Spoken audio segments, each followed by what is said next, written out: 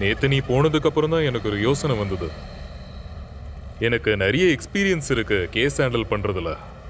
அதுவும் இல்லாம என் book publish ஆகிறதுக்கு முன்னாடியே ஜனங்க 1-2 சாப்டரை பத்தி தெரிஞ்சுக்கிறதுல பெருசா ஒன்றும் ஆயிட போறதில்ல. அது தப்பும் கிடையாது. உனக்கு இன்னொரு விஷயம் தெரியுமா? எனக்கு ஒரு பொண்ணு இருக்கா. நிஜமாவா? அவளுக்கும் உன் வயசு தான் இருக்கும். அவ பாஸ்டன்ல இருக்கா. நான் அவளை எப்பயாவது தான் போய் பார்ப்பேன். சில சமயம் மெசேஜ் பண்ணிப்போம், சேட் பண்ணிப்போம், வீடியோ காலில் பேசுவோம்.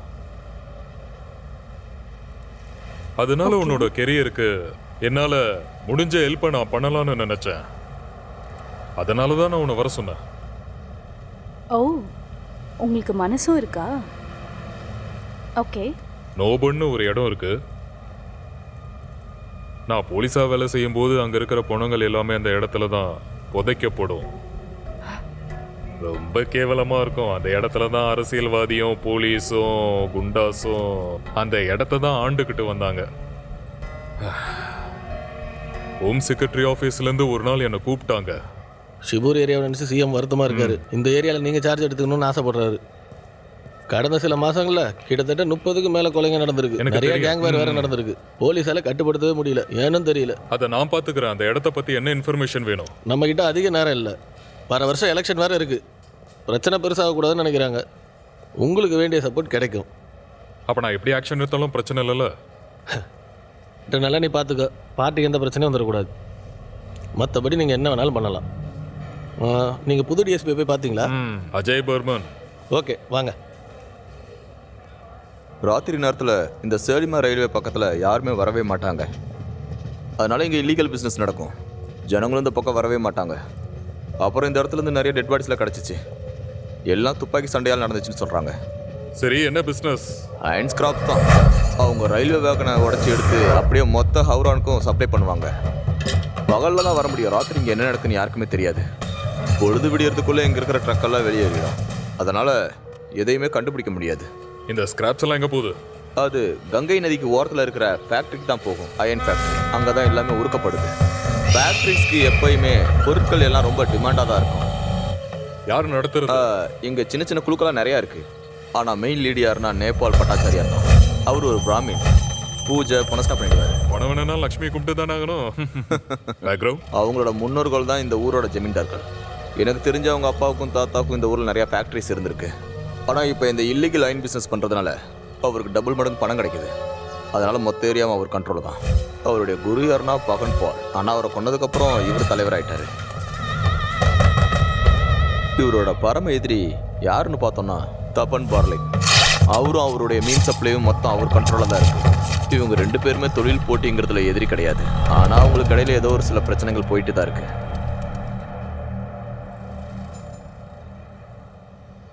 அந்த சமயத்தில் பார்த்தீங்கன்னா அந்த ஏரியாவில் ஏதோ பெருசாக நடந்திருக்கு. அப்போ அவுரா கார்பரேஷனில் ஒருத்தர் நேர்மையாக வேலை பார்த்துக்கிட்டு இருந்தார். அவர் தான் அனிருத் பிஸ்வாஸ். அவர் ஒரு டிபிக்கல் மிடில் கிளாஸ் ஆளு. சின்ன குடும்பத்தில் அழகாக வாழ்ந்தார். சின்ன குடும்பம், சந்தோஷமாக வாழ்ந்தார். ஏன் இன்னைக்கு லேட் ஆகுது? வா, சீக்கிரம் வெளியே வா. ஏங்க எப்ப பார்த்தாலும் தினம் காலையில சீக்கிரமாவே கிளம்புறீங்க? கவர்மெண்ட் ஆபீஸ்ல வேலை செய்யற யாரும் 11 மணிக்கு முன்ன போறதே இல்ல. நீங்க மட்டும் போறீங்களே, ஏன் அங்க பொண்ணு ஏதாவது வெயிட் பண்றாளா? பொண்ணு ஆபீஸ்லயா? ஆமா. அப்படி ஏதாவது பொண்ணு இருந்தா நான் ராத்திரி கூட தான் வர மாட்டேன். போதும் போதும். இன்னும் தட்டுல சாதம் இருக்கு, இருங்க பருப்பு போடுறேன். ஆஃபீஸில் இருக்கிற சப்ளைஸ்னால ரொம்ப தொந்தரவு. ஆஃபீஸ் திறந்தோன்னே எல்லாருமே வந்துடுறாங்க. என்கிட்ட தனியாக பேசணும்னு நினைக்கிறாங்க. எல்லாரும் சொல்கிறது ஒன்று தான், சார் பணம் தரோம் கையெழுத்து போடுங்கன்னு.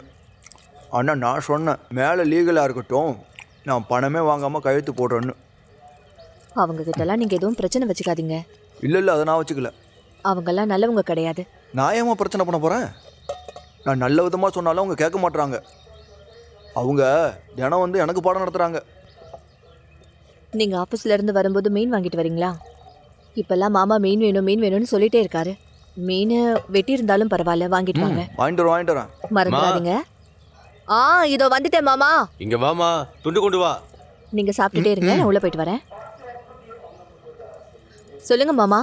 போதும், இரு நான் போனதும் பெருக்கு. இந்த போறேன்க்கா. எனக்கு சாப்பிட்றதுக்கு டிஃபன் எடுத்து வைக்கிறியாம்மா? கண்டிப்பா எடுத்து வைக்கிறேன் மாமா. கொஞ்சம் கவனமா இருமா, இப்போலாம் ரொம்ப லேட் ஆகுது. டாக்டர் சரியான நேரத்துக்கு சாப்பிட சொல்லியிருக்காங்க. ஏற்கனவே மணி 8:30 ஆயிடுச்சு. இன்னைக்கு அவர் சீக்கிரமா ஆபீஸ் போகணும்னு சொன்னாரு மாமா. அதான் அவருக்கு ரெடி பண்ண லேட் ஆயிடுச்சு. இதோ இப்ப கொண்டு வந்துட்டேன். எங்க காலத்துல நாங்க எல்லாரையுமே பாத்துக்கிட்டோம் தெரியுமா? 10 பேர் இருந்தாலும் டைமுக்கு சாப்பாடு கொடுத்துருவோம். நீ டிஃபன் பண்ண மறக்கலல்ல? மறக்கல அத்தை. நீங்கள் ஏன் புரிஞ்சிக்கவே மாட்டேங்கிறீங்க? நான் கவர்மெண்ட்டில் வேலை பார்க்குறவன். இப்படிலாம் பண்ணால் என் வேலையே போயிடும். எல்லாத்தையும் நாங்கள் பார்த்துக்குறோம். சைன் மட்டும் போடுங்க, எவ்வளோ வேணாலும் தரோம். தேவையில்லாமல் உங்கள் நேரத்தை வீணாக்குறீங்க. நான் கையெழுத்து போட்டால் உங்களுக்கு நல்ல லாபம் கிடைக்கும், என்னமோ உண்மைதான். ஆனால் இந்த உலகத்தில் சில நேர்மையான ஆஃபீஸரும் இருக்காங்க. அதில் நானும் ஒருத்தன். சார் 20,000 தரோம். நீங்கள் தேவையில்லாமல் நேரத்தை வீணாக்குறீங்க. 25 முடிச்சிடலாம். இப்போவே டீல் ஓகே பண்ணுங்க. நேபாளனோட வேலை நல்லா யோசிச்சுக்கோங்க. அது மட்டும் இல்லாமல் உங்கள் வீடு இந்த ஏரியாவில் தான் இருக்குது. அப்புறம் ஏதாவது நடந்தால் நாங்கள் பொறுப்பு இல்லை. என்ன கொன்னுடுன்னு மிரட்டுறியா? நல்லவங்களை கடவுளாக இருந்தால் கூட ஒன்றும் பண்ண முடியாது. என்ன புரிஞ்சுதா? எனக்கு நிறைய வேலை இருக்குது, அதெல்லாம் நான் பார்க்க வேண்டியது இருக்குது. முதல்ல இடத்த காலி பண்ணுங்க. நேபாள் அண்ணனுக்கு தெரிஞ்சால் ரொம்ப கோவப்பட்டுருவார். அப்புறம் நீங்கள் ரொம்ப வருத்தப்பட போகிறீங்க. வரோம்.